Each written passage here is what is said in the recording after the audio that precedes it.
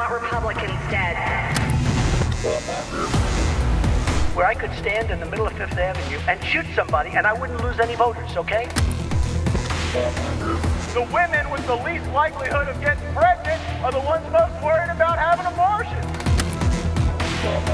On January 6th of 2021, you had tens of thousands of people peacefully protesting. So, it's not a right-wing conspiracy theory. It's not QAnon. It's real.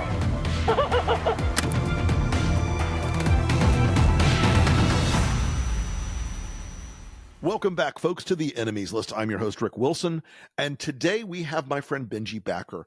Benji is the author of a new book called The Conservative Environmentalist: Common Sense Solutions for a Sustainable Future. And I want to say why this is so important, because Benji understands something as the executive chairman of the American Conservation Coalition. He understands that there are two dead-end approaches right now. There's the unlimited drill everything, burn everything MAGA approach. And there's the freeze in the dark approach, which I'm summarizing that not in his words, but in my own. And he makes a case that there is a big element of the traditional pre-MAGA conservative movement that really was deeply dedicated to environmentalism and conservationism. And I'm glad to welcome him to the show today, because I think this is an important topic where folks do need to come together across the political spectrum to really focus on. And so, Benji, welcome to the show, and tell us about the book. Rick, it's great to be here, and truly appreciate your willingness to have me on. And you're right, this book it's an important time for it, because we're sitting at a crossroads of inaction on environmental issues for probably going on 2 decades.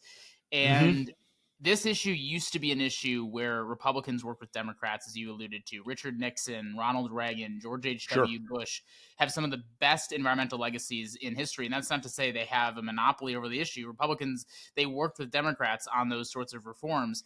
Now it is Green New Deal versus denial. And neither one of those are helpful for our planet. Neither one of those are helpful for our economy. Neither one of those are helpful for our national security. And unlike an issue like immigration or guns or other issues that are incredibly polarizing, understandably so, this is an issue that affects all of us pretty equally. We all have an equal stake in it. It affects our neighborhoods. It affects our quality of life. It affects our economy. It's so much bigger than just the environment.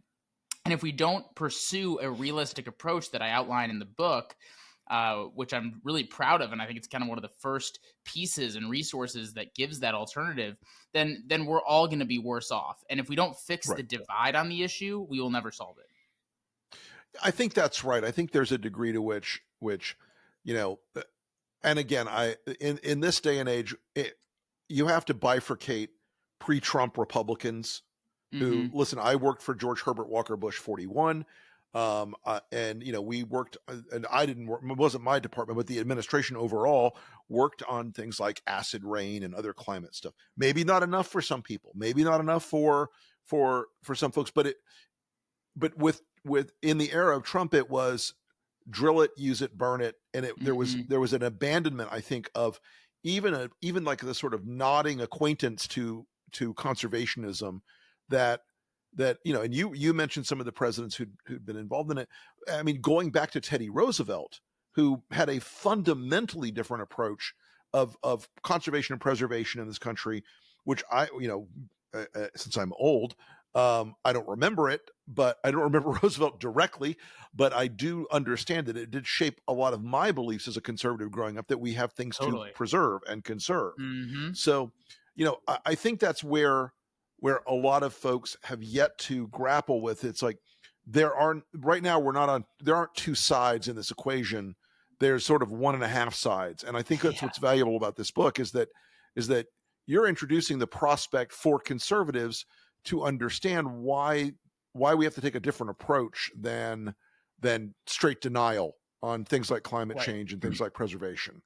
Well, you in the book early on, I talk about how kind of Tucker Carlson and Donald Trump promote this idea that climate change is just a hoax perpetuated by the Chinese. Climate change is a hoax, and that is that message is not something that they know anything about from an actual substance perspective. But the reason that they're saying it is because they're just trying to play defense against the left's bad ideas without having to do any of the work of coming up with an alternative idea. So what I mean by that is rural America and conservative America has real understandable fears about the proposals that the left has put out there, things that would really hurt their livelihoods.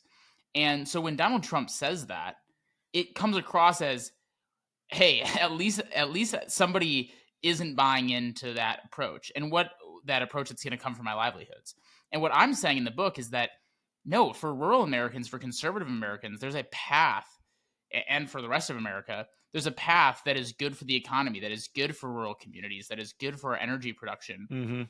And so you can dislike the left's approach on this without denying the very existence of these issues. Right. And Donald Trump took us back 10 to 15 to 20 years on the narrative, even worse than that, because the narrative was better in those years prior. So, there's a lot of undoing that has to happen. But while Donald Trump's narrative has skewed the GOP towards denial, the AOCs and the Bernie Sanders of the world have also skewed the left towards radical action. And America is left thinking, what do I even do about this topic? Yeah, so folks may or may not know this. My family has a big ag background: citrus, cattle, soy, cotton, corn, blah blah blah. And while they're not radical Trumpers, there is this concern that's like that a lot of folks in the ag community truly believe that people in Washington want to regulate them out of existence. And I think that has been something that has been underscored or undercounted by Democrats as a factor in where some of this rural, I don't want to say radical, well, I will say it, rural radicalization has sort of emerged from, where they don't seem to, they can't understand why they don't get a hearing from people when the people that they're trying to communicate to have essentially been told, hey, they're going to close your farm down. Yeah, we're going to be, they're the villains, right? They're the bad cops. And what are you going to do about it? I think that's something that has really been underpriced by Democrats and by progressives in their communications on things like climate, in a way that would be helpful if they could sort of, clarify what they're really after, more than just letting the cliches that some of their people believe in, but the vast majority, I think, do not. Yeah, I mean, there's so many cliches that they say. I mean, ban fossil fuels and cows and farts are bad. Cow farts are bad. Right. I mean, there's all these kind of things that they're talking about, and capitalism bad. They're blocking traffic, throwing stupid paintings. That is a very small percentage of people on the left, to your point, but that's what comes across in the narrative, and it comes across as if everyone is trying to tell rural America how to live their lives. The reality, and this is where, there's truth in the importance of solving this issue quickly. So that's where the radical left gets it right. Where the radical right gets it right there's also some truth in the fact that America doing more energy production, more farming, more manufacturing is actually good for the environment. There more American energy independence and kind of without it having the stereotype that it does, an America first mentality on doing things here actually is good for the environment. Our farming practices in America actually reduce carbon more than it emits. Right. We sequester more carbon on our farming land than what we emit. And so that's not true for other countries. Our natural gas, as I talk about in the book, is cleaner than any other country. Our mining practices are cleaner than any other country. And so in a world where we need farming, in a world where we need energy, and in a world where we need mining, we need to be doing it in the United States. That doesn't mean that there's not a serious problem that we also have to address on the environmental side too, and that those things could actually work in tandem. Right. And I think one thing that I would, and I have encouraged some friends on the left to talk about more, is one thing America is really shockingly good at is innovation. And there seems to be a perception sometimes that the left doesn't quite understand how to overcome, that their solution is to, again, it's the freeze in the dark solution. Yep. It's the regulate everybody, everything, all the time solution. And really that idea that we can't innovate in some ways on this, and that we can't apply our robust national genius to many of these things for fixing problems. I think that is something that has left a lot of people on the right and the center sort of disappointed. I mean, it's like Yes. we're on the cusp of a lot of developments in this country, including things like fusion, which I know it's always a few years away, but it is much closer now. It's very close. We don't seem to have a willingness to try to communicate on the fact that America is good at a lot of these things. We could be doing things that are fixes technologically, both on the production side and the mitigation side, like carbon capture and things like that. And it's like, I think a lot of the times people hear, like they hear the left basically saying, "Nah, we can't do that. That doesn't matter. Freeze in the dark." And I think it's something that folks on the left and the center left should be really thinking about a lot more than they are right now. Totally agree. And I think that actually boils down to where I went in the book about kind of how we pursue solar and wind. And for a while, the left saw that as the panacea, the silver bullet to solving environmental issues. And it sounded really nice. You know, we have wind, we have sun. Why not use it to power our homes? Like it kind of intuitively makes sense. But when you dive a little bit deeper, there are some serious trade-offs and issues with reliability and affordability, and 24/7 power is important. So there are these realities that only technology can fix. Only technology can solve these complex challenges. And to have the right saying that oil and gas is the only way forward, and the left saying solar and wind are the only way forward, picking those winners and losers is completely ignoring the fact that we are good at technology and we are good at innovation, and that we don't know what the future holds for energy or the environment. We just know what we have right now. We have to deal with those current realities while also hoping for really, really cool ideas to come out in the future. I mean, the hybrid vehicle, for example, which has been, heralded as an environmental, huge environmental win for people mostly on the left, actually came out of a free market competition that different car manufacturers in Japan were having in the 1990s at the same time that the US government was trying to regulate that same technology. Japan created it on its own because they knew that that's what consumers wanted. We cannot underestimate the power of technology and innovation in this country or in other countries, because that's what's going to solve this. It's not going to be regulation. Right. And I do think there's a degree of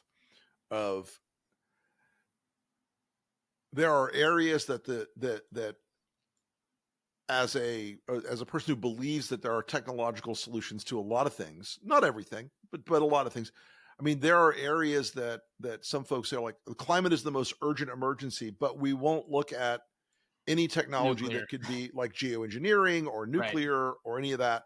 And I think that's a big mistake. I think that makes it less. I think it makes their arguments broadly less credible and effective, because there is a degree to which it's not all going to be solved by windmills, folks. No, it's not all going to be solved, in ways that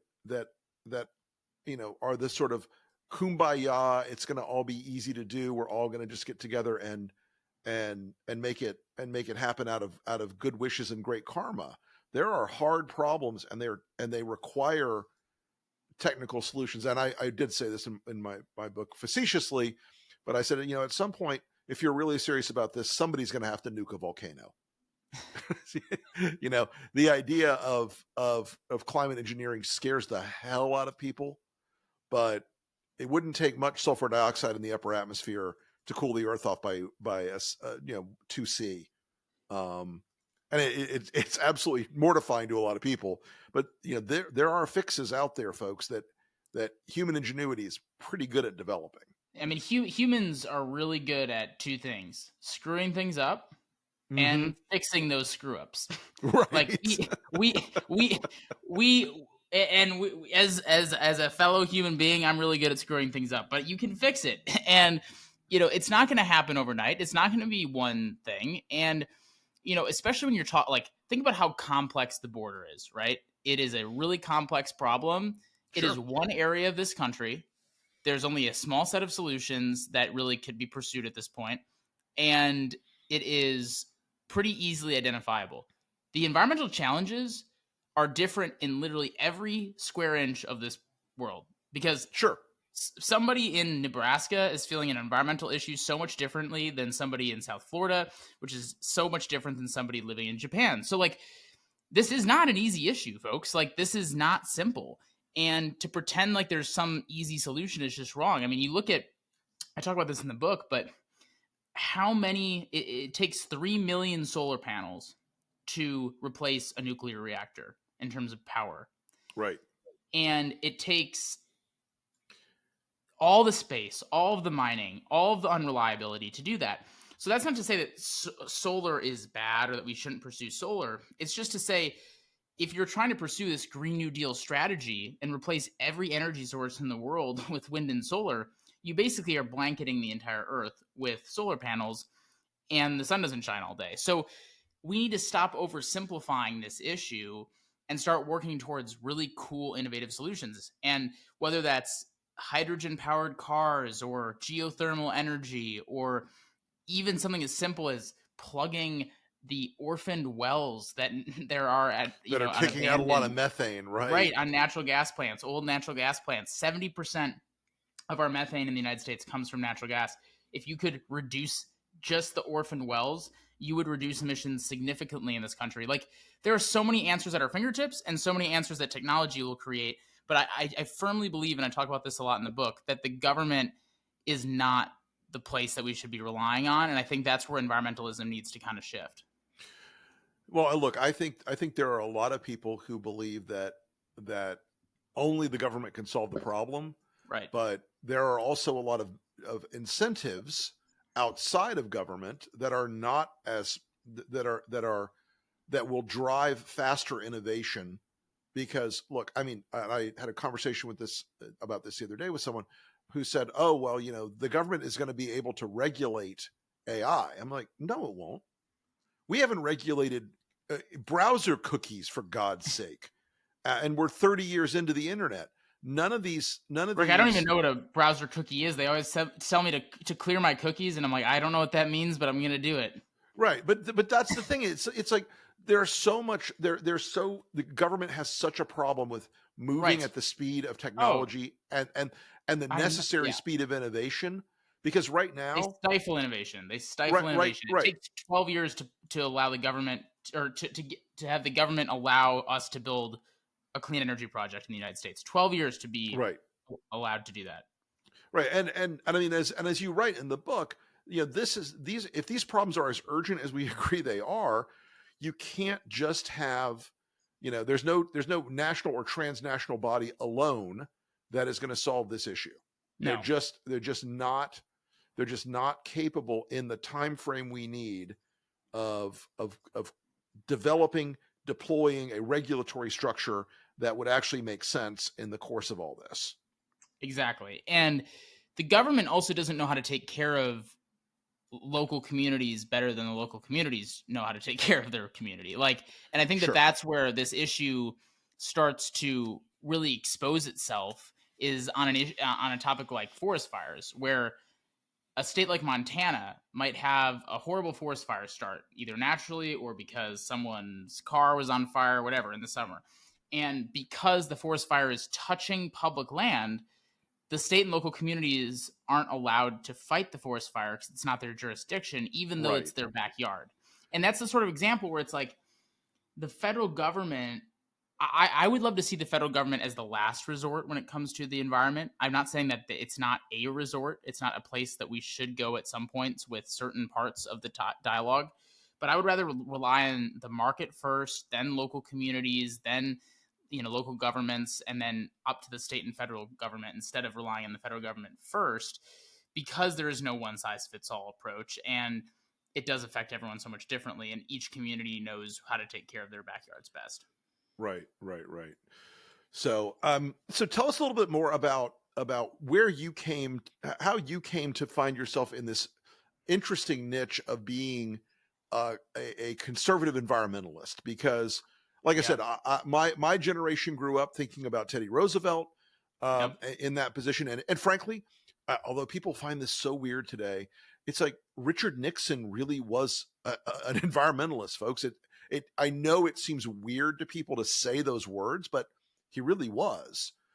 So where did it come from with you? What inspired you not only that led you to this position as a young conservative, but also to write this book, to make this appeal to, left and right?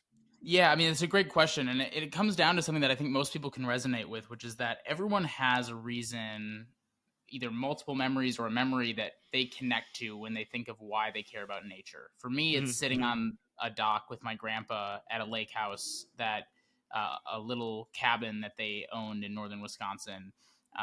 And just feeling the peacefulness of nature. When you're in places like that, you don't care about I didn't care about what political ideology my grandpa was, and I didn't care about what political ideology the people who kayaked by us were. Right. These are good human beings in nature, enjoying what we all think is incredibly special. And it's so much bigger than partisan politics. So when I was a conservative activist in middle school and high school and college, when we first started, seeing each other, there was an obvious distrust that I had of my own side in solving an issue that's very important to me. And young people care a lot about the environment. They don't want the Green New Deal, and they don't want denial.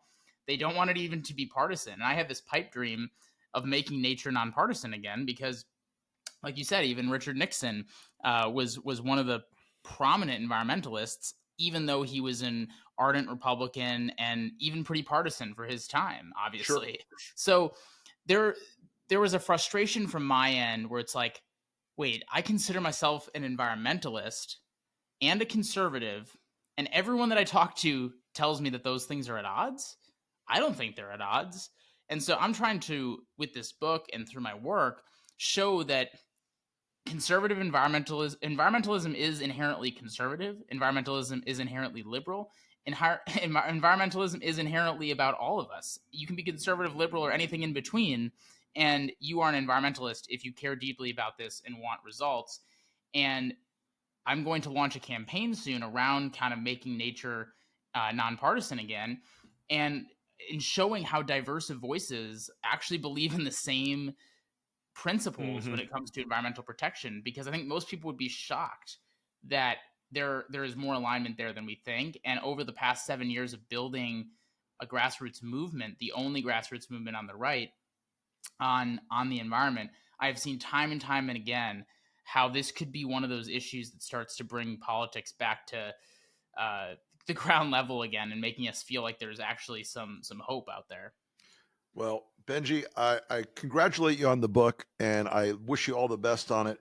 And tell people where they can find you on social media and how they can follow you. Well, I really appreciate it, and this is kind of the first book in this space, so I would appreciate any support. You can go on Amazon or any book retailer and search The Conservative Environmentalist and order it there. You can find me on social media at Benji Backer, and benjibacker.com, which will have all the book information very soon. Will be live, and that's probably the best. And then my organization is at ACC_national if you're looking for kind of the approach that we take and you want to join the movement. But I really appreciate you having me on. You've got an important voice that spans the political spectrum, and Thanks, that's man. What we need. That's what we need more of on this issue and a whole lot of other ones.